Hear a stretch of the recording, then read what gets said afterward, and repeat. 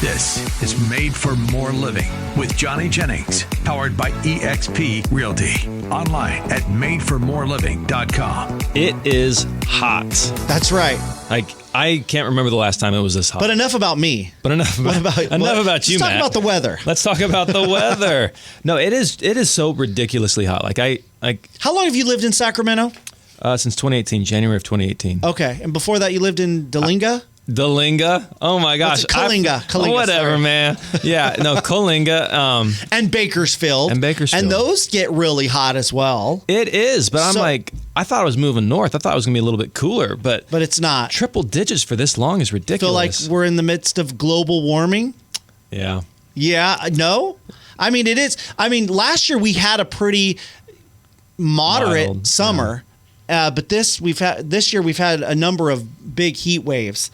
And so that's why it's even more important to find ways to cool off, right? Yeah, exactly. There's a lot of ways. Movie theater, bowling alleys. Sunsplash. Pools, yeah, sunsplash. We're not too far from Lake Tahoe or the beach. Yes. Get out of town. You want to cool off, jump in Lake Tahoe. Yeah, there you go. Got some cold water. But do you have a pool at your house? We don't have a built-in swimming pool, no. So back in the year 2011, when I was looking for a home, there were a number of properties that had pools. Yeah. And they were nice, but I just started to think about, okay, I don't have any kids, but I'm probably going to have kids in the next few years because I was seeing someone and she was going to be my wife. And I thought there was your stalker. Was this the stalker or was this somebody else? Stalker. Okay. No. So I looked at a number of properties that had pools, but I was just thinking, and I was actually talking to people that had pools and even different experts like, okay, what's the maintenance on a pool? So you grew up without a pool? We did not have a pool. Nope, never had a pool when I was growing up. Totally foreign to you. We'd go down to the public pool, or we'd go down to the river, or go to the ocean. Run through the sprinklers at the park? Right, exactly. Yeah. Ever heard of a thing called a slip and slide? Yeah. Those were big back in the day. You get all bruised up from... Good times. Yeah. Water balloon fights. But when I was looking at different properties, I'd ask people, okay, well, what's the investment? How much energy cost is it going to be? How much is my bill going to go up because I have a pool? Yeah. You know, what are the costs to cleaning it? How much does it cost to have a pool person come out on a regular basis? And I thought, you know what? Not right now. I don't want to invest in a property that has a pool because I just don't feel like it's a necessity. And it takes up, I'm a big backyard person. I like lots of room in the backyard. What do you do? You play. Like cornhole? I'm just a kid person. Yeah. Kids running around. Tag. Yeah. Football. Outdoor just living. I like outdoor living and stuff. And a pool, oftentimes when you have a pool, unless you have a really expansive property, the pool takes up a considerable amount of your backyard. It does, yeah. And I didn't like that. And, and yeah, you're right. It is cool for pool parties and all that kind of stuff. But what if nobody's in? I've been to many pool parties and nobody's interested in going swimming. So That's true. The pool has just taken up all of the real estate. So I thought, you know what? I just don't feel like a pool is a good option. But what's your perspective as a real estate agent?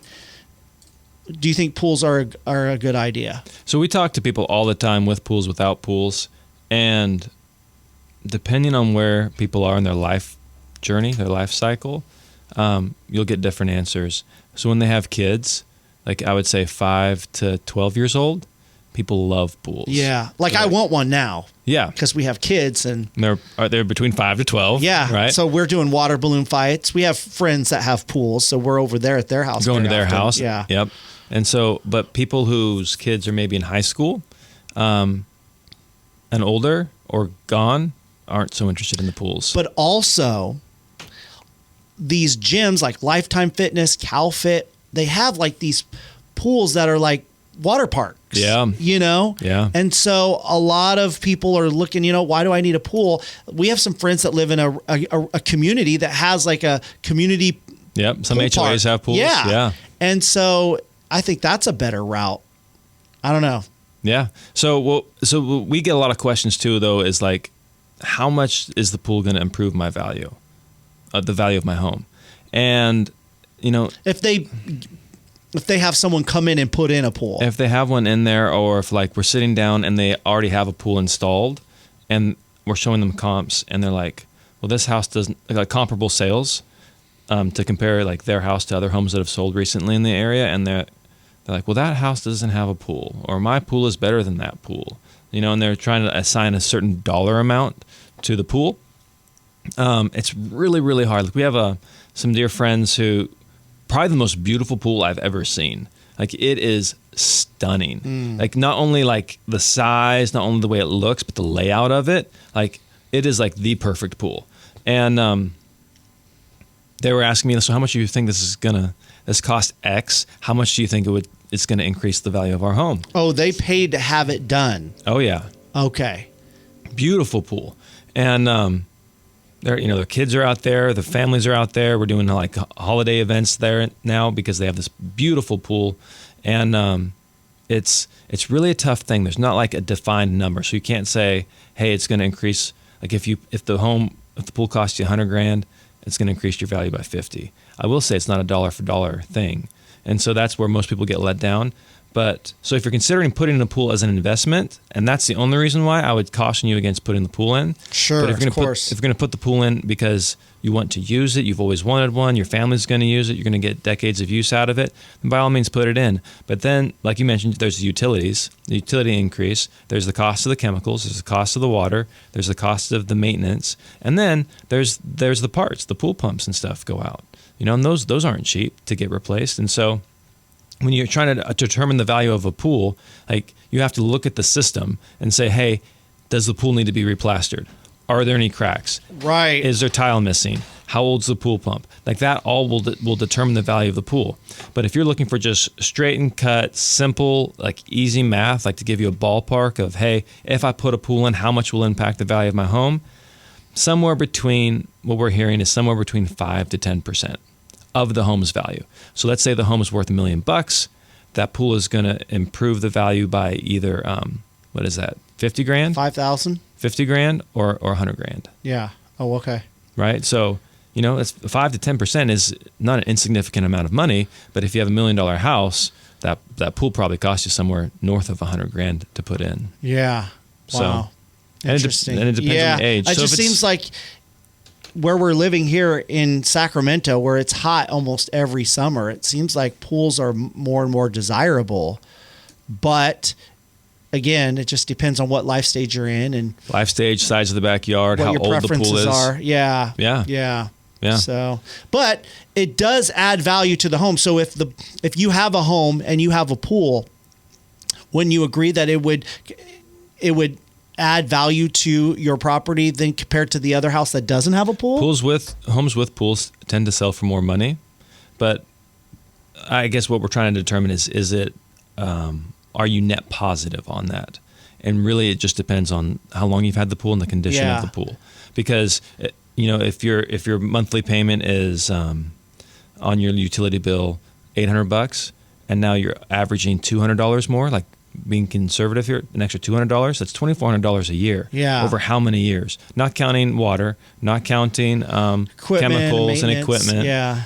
So are you really money ahead? Right. So they're a bit of a money pit. So just get a membership to some place that has a pool, right? Or become good friends with a person on your block that has a pool. Yeah. Get to know Johnny Jennings and his friend that basically has the best pool in America. The best pool in America. Yeah. Oh man, what is it so in the shape of a guitar or something? Oh my gosh. It's rectangular, but like because we have young kids. It was designed by Michael Phelps. It was designed by M. Phelps, yeah. So he I love it because there's a deep end, but then there's a lot of a shallow end, so people can walk and talk, like just hang out in the pool. And then there's this massive, really shallow spot where you can just basically sit, or the little kids can splash around in. Nice. Without like needing their floaties on up around their neck and like bobbing, And so it's fun for a lot of different, and it has a built-in spa, and so you can just slide in from the cool. shallow spot Yeah. into the built-in spa.